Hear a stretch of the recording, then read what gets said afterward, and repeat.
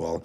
And, well, in the studio this morning, ladies and gentlemen, as always, Hargrave Wachidankwa is here representing the NPP government spokesperson on governance and security, aspiring MP for Abuakwa North constituency. And it's looking good already. He's here this morning, looking all green.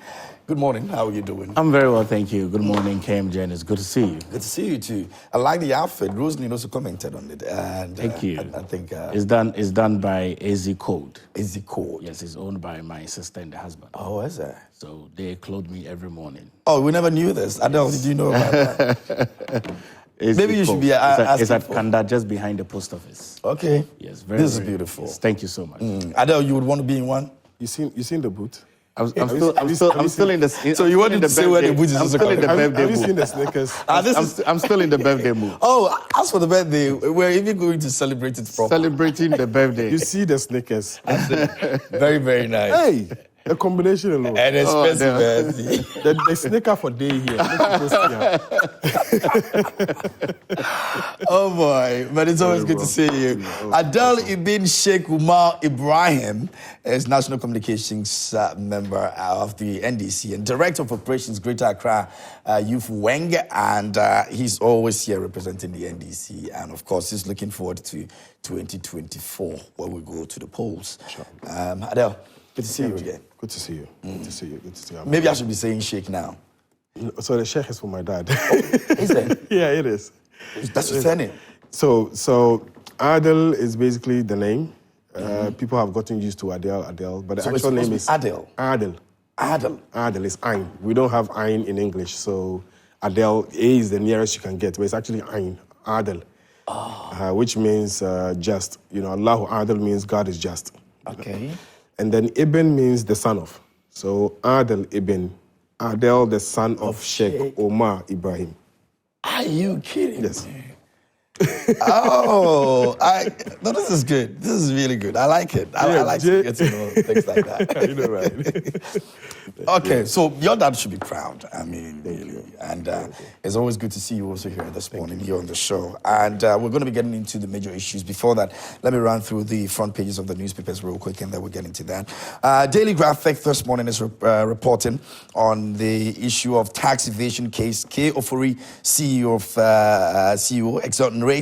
That's ministry targets 50% turnout in district level election. Also on the front page this morning, UPSA honors First Lady Justices Spamford Addo, Theodora Wood, and yes, the President, His Excellency, was there to support the wife. It was a very beautiful scene, I must say. Leveraged local capital for lithium, other minerals. Kwame Pianin, second coming of Nkrumah, 120 Pan-African cast enacts vintage play.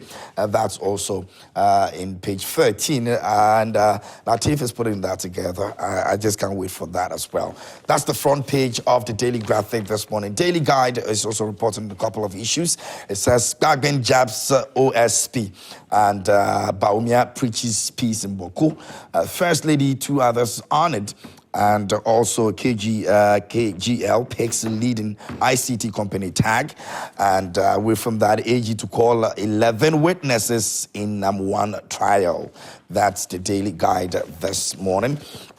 Kudus Partey make half 2023 team list. Ronaldo strikes 50th goal of the year, and Osimhen beats Salah for top prize. Club president punches referee in the face. That's Daily Guide reporting on some sporting activities. Away from that, the Ghanaian Times this morning says Boku chieftaincy conflict, development not war.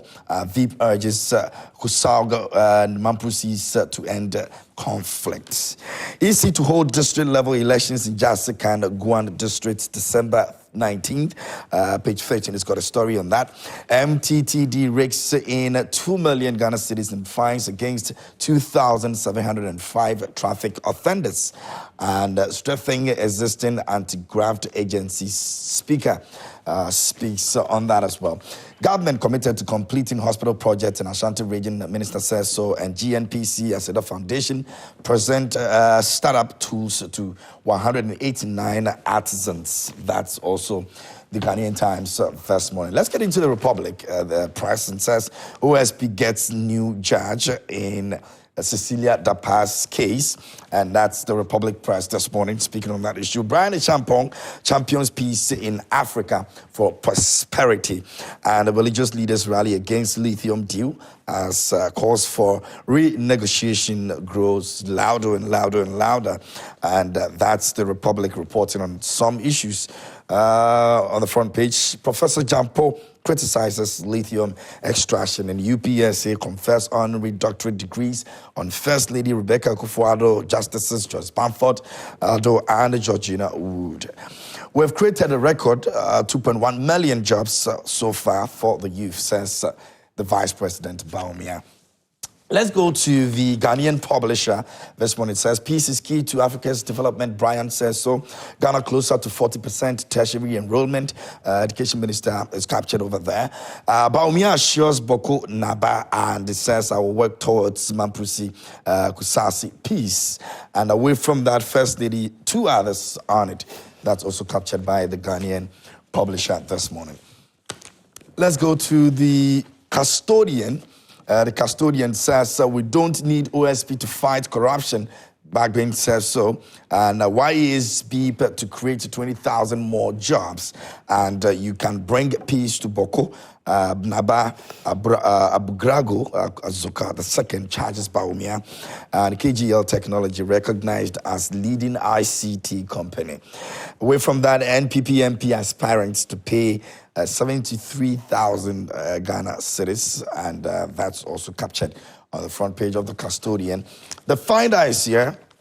The Finder says UPSA honors Mrs. Rebecca Akufo-Addo, Joyce Bamford Addo, Georgina Theodora Wood, and I support ongoing talks to bring our land back into NPP.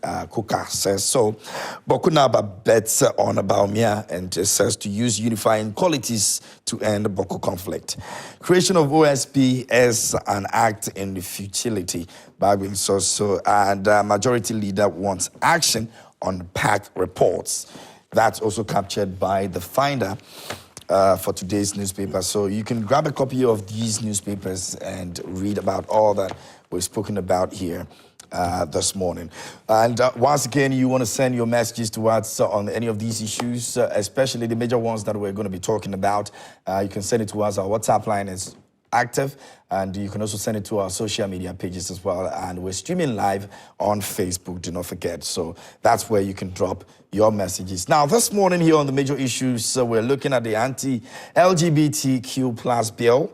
Sponsors fight proposed deletion of clause 4 of the bill, and yesterday there was a bit of drama in Parliament as the Parliamentary Constitutional Legal Committee chairman, was vehemently speaking on the issue. And also we had over there the sponsors, one of the sponsors also, clashing on that conversation. So for the purposes of viewers, and Parliament yesterday decided to take a look at the bill, and so sponsors were actually, on the floor to speak their minds on it. But Kwame Nyimadu actually was not happy about the way the clause 4 actually speaks on the issue of human rights and natural sexual issues. And so he put it on the floor that it's a bit ambiguous and also subjective and had to be deleted. But on the other issue, Nelson Dafiamopo actually stated that no, that cannot be the case. And so there was a bit of drama. We're going to be looking at it and why it's supposed to be deleted. Now, for our viewers, let's get into clause 4 and get to know exactly what it states. Now, prohibition against undermining proper human sexual rights and Ghanaian family values. And it says that the 4.1 says a person shall not A, undermine a proper human sexual rights and Ghanaian family values specified in section 2 of this act, or B, directly or indirectly instigate, command, counsel, procure, solicit, or in any other manner purposely aid, facilitate, encourage, or promote, whether by a personal act or presence or otherwise, an act that undermines the proper human sexual rights and Ghanaian family values. So the key phrase over here is undermines the proper human sexual rights and Ghanaian family values. Now, a person who actually contravenes paragraphs A or B of subsection 1 commits an offense and is liable on summary conviction in a fine of not less than 1,000 penalty units and not more than 2,000 penalty units, or a term of imprisonment not less than 2 months and not more than 4 months. And that's what's was on the floor. So this is actually what is in clause 4 of the bill that was contested yesterday in Parliament. Let me get to my guest and find out what they think about this. I'll begin with you, Pargrave. What do you make of this? So, KMJ, very good morning to you and to Idal and to the good people of Achime Bokwano. Now you want to call me right? Yeah, I know, right? No, it's good for all of us to go back to Aden. Oh, Adel. Aden. So maybe you can look at it AADIL. DIL. Yeah, Double Aiden. A. You have to drag it small. Adil. Okay. So very good morning, Aiden. And let me send my very, very, very warmest congratulations to the First Lady of the Republic of Ghana, His Excellency Rebecca Ekufuado, for her doctoral award yesterday on human letters. Very, very congratulations from all of us.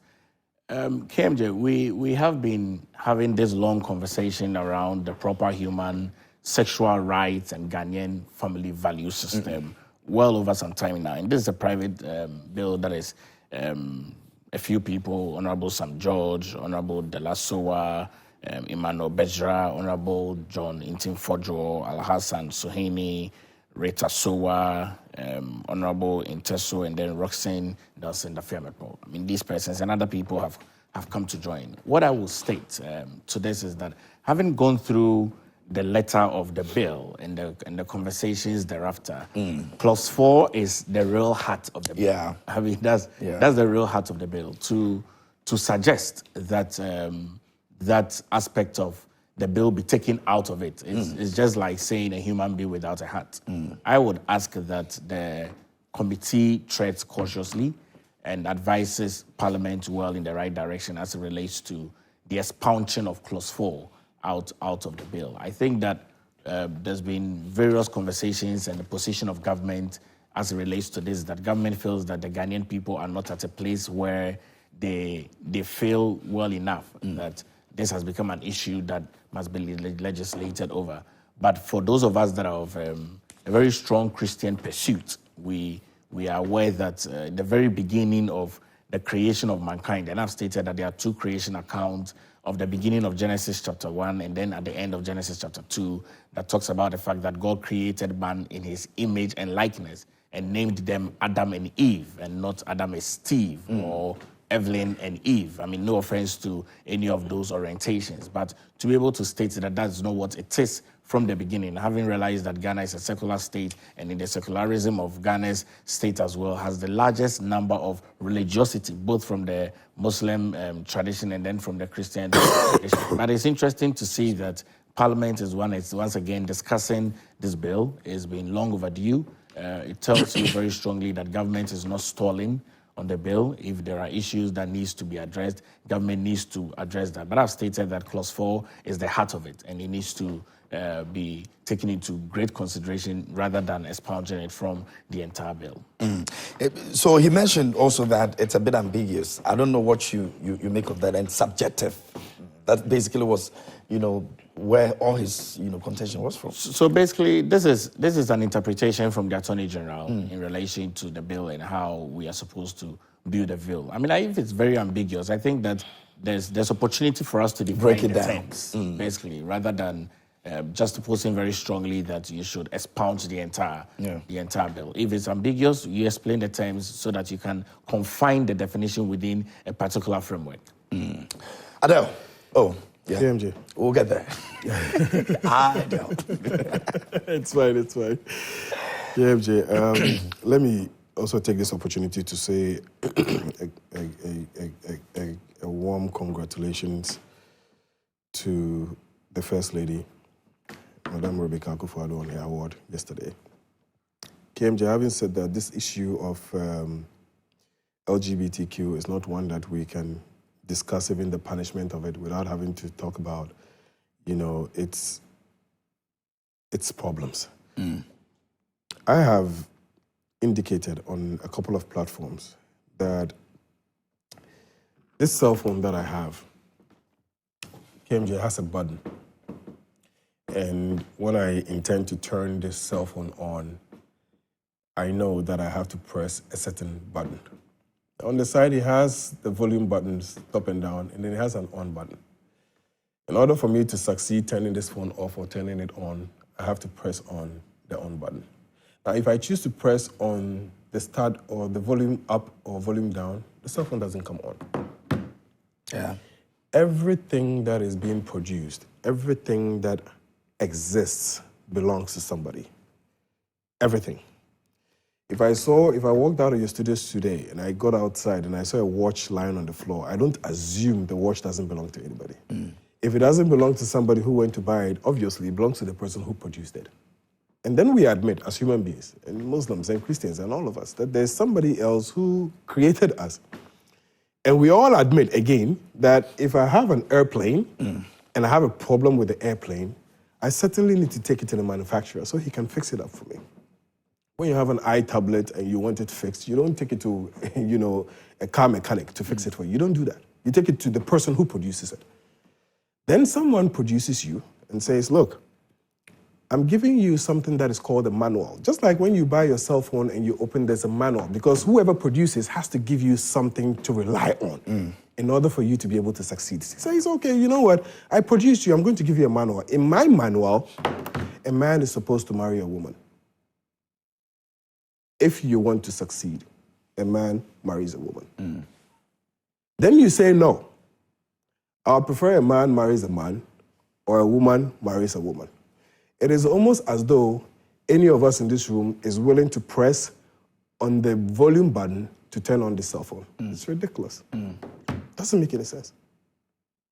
It doesn't. Look, sheeps and lions, male sheeps and lions are fighting over their females. Human beings want to fight over males. It doesn't make any sense. In any case, if men and men were doing and women were doing, would you have been born? No. For me, I think that the lowest part of this whole LGBTQ thing for me is the punishment. Too light. Maximum of 4 months. Minimum of 2. You know what you're going to end up getting going forward? You're going to end up getting those 2 guys and those 2 girls who will say, okay, we'll do it. Jail us to show how much we love each other. 2 months. 4 months. It's not severe enough. No. Then we come to the issue of ambiguity. What is ambiguity? Now, I know and I can understand, Kwame Enyimadu, who is basically, I think he's the MP for Akim Central. Yeah, the chairman for the committee. He indicated the fact that he thinks that it is too ambiguous. But KMJ, look, directly or indirectly, listen, directly or indirectly, instigate, command, counsel. Why? All these words, these are specifics. These are specifics.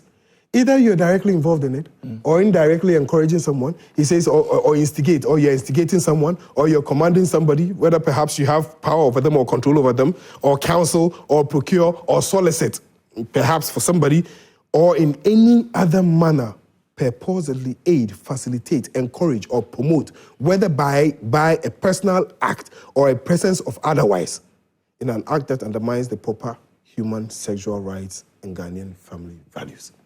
Basic.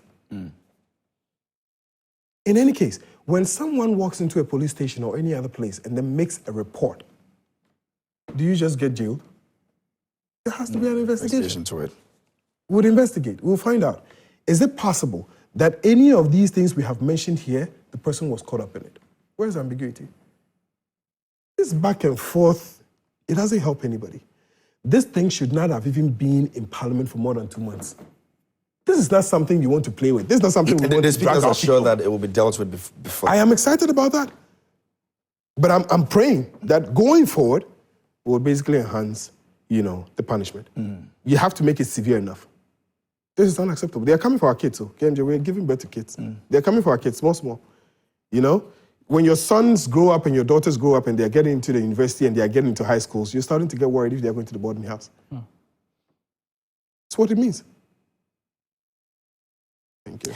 In a related development, in line of the same issue, Right. Ursula was also speaking on the issue of sex toys. And she thinks that would be too harsh to, include the use of sex toys into it. I'll tell you something. Personally, I have, look, in my generation, I have seen friends, who would tell you that, sex toys, help to enhance, I have seen women who have said that, look, because of sex toys, I don't need a man anymore, Like, KMJ, look, all of this is just, for me, I think that, look, maybe we may say it's a bit harsh, but personally, I think that going forward, it may be something that, we may probably consider. There are women, I don't remember which program I was actually watching. I was watching a program, online, where a woman had a major problem with her husband because she actually had a vibrator. And for her, when the husband is going to work, that's what she uses on herself and she's okay and she's comfortable. So when the husband comes back home, she doesn't basically need him. Family values. I mean, it's a bit too, it's complicated. But I think that it's something that perhaps needs to be discussed further. It has gotten to a point in other countries where they have actually done sex dolls. So it will get to a point where we probably will be clearing in our pot female dolls and male dolls. Why? Because, people want to just buy these things and keep in their rooms. Like, it just, look. There's a movie on Netflix. But you go see woman, they go, they follow by. What is wrong with you? Like, what's up? There's a movie on Netflix called Wife.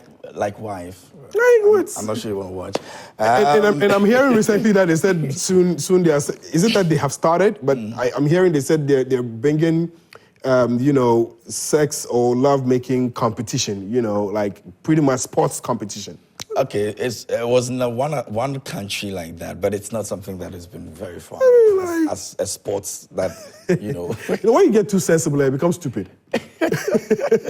Frank, you want to pass any comment on that before? Well, yes, I think that my concluding remarks really would be, I've stated that the generation that we find ourselves in is a very difficult generation. It is. The Z generation, Z, millennial people.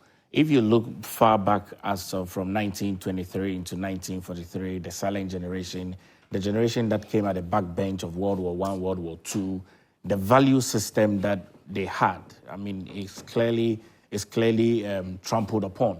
Children were supposed to be seen and not heard. Children were supposed to respect their parents. If visitors come into your home, you vanish, you disappear immediately. You come to serve water on a glass. You put your hands behind you. You greet any stranger you meet by the side of the road. You are sitting in a vehicle and the vehicle is full and an elderly person is standing. You get up for the person to sit down. So from silent generation came into the boomer generation between 1943 to 1963. Then came into the X generation, which is our generation from the 1973 right up into the 1983s. Then further on to the Y generation, the millennial generation. So a lot more value system has been lost, which is where a number of young people now who are being brought up by parents who might not have met their grandparents, because for many of us that had an opportunity of meeting our grandparents, the value system has been passed on right up from the silent generation from post-World War I, World War II. So it's important that if we are creating our own culture and identity as Ghanaian people, because we're talking about Ghanaian family value system. And the family value system is where when you wake up in the morning, you go to knock at your parents' room, greet, and you have your Bible studies with them before you even come and have your breakfast, and then you go to school. When you go to school, you're not being reprimanded for either being late. You're being very courteous. So you're having your morning assembly. You're sweeping in the school. You're cleaning either the bathroom. You're cleaning either the toilet. You're cleaning your table. You're arranging your table. Those days when you close from school, you clean your table. Your teacher will tell you, make sure show you empty all the rubbishes under your desk. You do all of that. You number your exercise books from page 1 to page 48. You remember those notes 1 exercise books. You number them. But this is the time where you have these smartphones and these smart gadgets. You cannot even number. You understand? So it's a very, very critical time. I would advise that as we look at the proper human sexual rights and even look at the Ghanaian family value system, it's important that we protect that because that's a unique identity. That's what makes us Africans. That's what makes us Ghanaians, because we are unique. We are different. Every single thing has gone through a value chain, and you can't easily water down the value system of the Ghanaian people. KMJ, look, this issue about, Paul just raised is one thing that I have said, that one of the reasons why we are where we are is because of the media. It exists in other places. When you go to China and you enter their homes, you can see their values. It's there. You can see them. When you enter Japan, you can see them. One of the reasons why we have failed is the media. I mean, you sit on TV, you're watching around 5 p.m., sometimes in the afternoon, even in the afternoon, you're showing movies that are showing men and women kissing and children are sitting down watching. When back in the day, parents are waiting for their kids to go to sleep so they can probably enter the room and do whatever they want to do. Now we're showing it to them openly. Children are comfortable to sit on TV. Look at what happened in Kaswa recently, where 2 young people killed somebody for rituals. So young people are sitting on watching TV. At the time, it is allowed. There used to be a time when there were certain shows that were shown after 10 p.m., assuming that by that time kids are asleep. Today it's different, so you want the society to move in a certain direction. You use media, you use film to change that. Film, media, TV, very, very powerful tool. Music, very, very powerful tools. You use that to change behavior.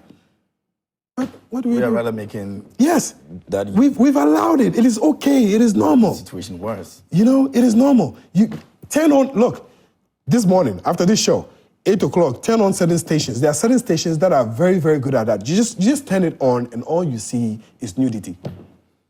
The NCA is lacking on it's just all of that. So for some of us, we now watch cartoons with our kids the whole day. Yes. Turn on your DSTV or turn on your GoTV and then you put it on a tune channel. Even the tunes now, some of them are pretty much very, very dangerous. You need to know what you're making the kids watch. And then we watch tunes the whole time. The TV is on tunes from morning till evening until the kids fall asleep. No channel is safe. Why?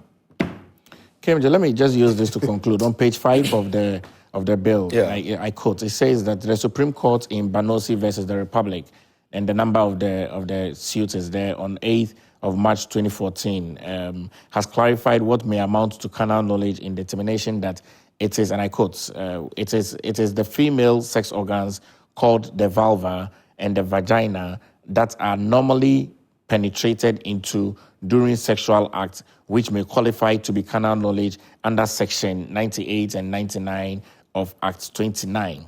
What is important to note here is that it is our ardent belief that the passage of the bill to deal with LGBTQIAAP+ is apt, considering the 2017 report of the Science Research Council communicated at the 4th National HIV/AIDS Research Conference in Accra, which indicated about 18.1% of people living with AIDS are gays. Men sleeping with men. 18%. That's huge. That's huge. 18% of people sleeping with men. Paul, that is what you get if you decide to do the opposite. I mean, like I said, none of us sitting here will be comfortable to press the volume button to turn on a cell phone. I mean, it will be ridiculous. We'll say, everybody will say it will be ridiculous. But then it is okay because this one is something else. I mean, the producer says, use this thing like this, use it like that. You didn't create the world. You came to meet it. The producer says, this is how and what would help you. You say no.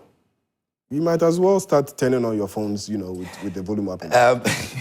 Very well. Our next topic will be on Mahama and Member of Parliament for Tamale South, Haruna Idrisu, who is speaking about elections and He talks about Mahama winning hands down, an election that will be free, fair, and credible. But before we get into that, let me quickly correct this. So the NPP MP aspirants are supposed to actually be paying 78,000 Ghana cedis, if you're an aspirant, and not 73,000 as captured by the custodian newspaper. So please just get that clarification over there for me. That's the amount of money you're supposed to be paying, 78,000. They've released a press statement to that effect. I'm hoping that we'll be able to have that over here, so we can just take a look at it. It's something I want us to take a look at it briefly, and so we are able to also understand what exactly it stands with the NPP. So this is the update on parliamentary primaries elections for constituencies, and the amount of monies that are supposed to be paid. So if you go here, it says nominations will be open on Wednesday, December 2023, and close on Monday. So this is basically what they're looking at, and December 25th. And so can we get where we have the figures? And so this is where we have the figures that we're supposed to have the aspirants pay. And over here, aspirants, okay, so that will be on 7. So nomination forms shall be sold at 3,000 Ghana cedis only. Aspirants shall pay a non-refundable filing fee of 35,000 Ghana cedis. Women, persons, disability, and youth shall be granted a 50%. That's a good one, rebate on the filing fee. Aspirants shall pay a non-refundable development fee of 40,000 Ghana cedis. Okay, and all payments shall actually be made in back strapped. And so these are the monies that are supposed to be paid, and they all have their own different aspect of it. So put together, you're likely going to be getting to the 78,000 that we're looking at. So this is how it stands. Paragraph. 78,000. Well, yes, I think that for me, I like to congratulate my political party. The party has been of a lot of support to persons and young people and leaders who want to serve continually in the space. I received this notice as well as it came out publicly, and I'm pleased with it. You pick up a form for 3,000 Ghana cedis, you file for 35,000. Yeah. If you are disabled, if you're a woman, if you are younger than 40 years old, you would pay half of 35,000, which is 70. And I'm happy about. And then you would also pay a development fee of 40,000 Ghana cedis. I have stated that this is our own contribution towards party politics, and also our own introduction and contribution to development of the political party in the constituency. So next week, a week today, I would pick up my form and pay my 3,000 Ghana cedis by banker's draft. I will file as well within the period that has been stated from 20th to 25th, which is Christmas Day. And at filing, I will pay my 35,000 for my filing fee because I'm about 40 now. Because at the time, you're 40 now. Yes, but at the time I'll be filing, I'll be 40 plus 17 days. So you want to really just that can't be overlooked. No, well, you want to stay within the frame of the frame, because one of the things you don't want is for money to be a disqualifying factor. So I would pay my 35,000 for my filing, and then also pay my 40,000 for my development. So in total, I'll pay 78,000 to put my leg in again.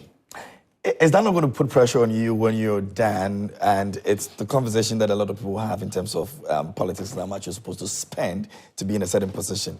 Getting there, now you're looking at how much you've spent already. Is your focus not going to be about recouping what you've spent already? Not at all. I think that I had this conversation with a few people yesterday, and I stated that it's important that we select right leaders who in their right frame of mind are servant leaders, who also in their right frame of mind are philanthropic, and who in their right frame of mind are generous in their giving. And so when I pick a form for 3,000 Ghana cedis, and when I pay a filing fee of 35,000 Ghana cedis, and I pay 40,000 Ghana cedis for my own political party in terms of my development in freedom, in addition to my monthly dues that I pay to the political party, I would consider that as my generous philanthropic act to the political party. And there's no way that I would want to recoup that at all, because that's my contribution. That puts my leg in the game. That puts my head ahead of other people. So you're able to serve the purpose. Then I'll be able to serve the purpose for which that I want. And I've also stated that our primaries now is in the season of Christmas. It's also in the season of New Year. And I've stated that whatever contributions that we so have to make to all the delegates, and I have 524 delegates in my constituency, 96 polling stations, 480 of them are polling station executives. Then you come to the constituency executives, you come to the council of patrons, you come to the elders, and then you come to the other people that are of well-meaning pursuit in the constituency. After we have done all that we need to do, I have stated that it's important that you select someone who has not just given you money by buying your vote to come and vote for you, but you also select someone who you know that can be able to deliver on the mandate and the promises that he so desires to for the development of the constituency. And, you know, we are going into district assembly election for assemblymen on the 19th, which is on Tuesday before the 20th. I've stated that for the assemblymen who are going to represent the various assemblies, it's important that you vote for somebody who is vocal. You vote for somebody who is credible. You vote for somebody who is integral. You also vote for somebody who can be able to extend your needs to the assembly, because the assemblymen are those that come to the municipal. So if the municipal is not seen to your own development, the assemblyman is the one who would bring it here. Every development begins from there. Exactly, and tell you that we need this in Otafu, we need this in Nobi, we need this in Obodase. But you also need an MP who would be able to advocate your real challenges on the floor of the House.